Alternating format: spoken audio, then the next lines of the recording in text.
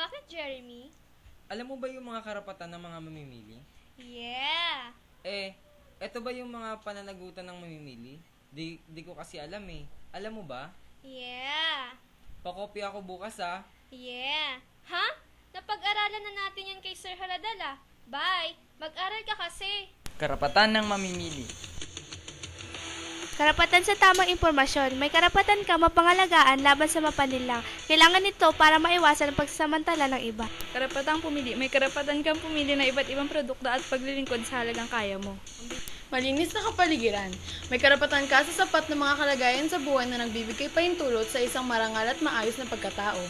Karapatang magkaroon ng edukasyon. May karapatan kang malaman ang pinagmulan ng produktong iyong bibili. Karapatang magtamo ng kaligtasan. May karapatan kang bigyan ng katiyakang ligtas at mapangalagaan ka laban sa pangangalakal.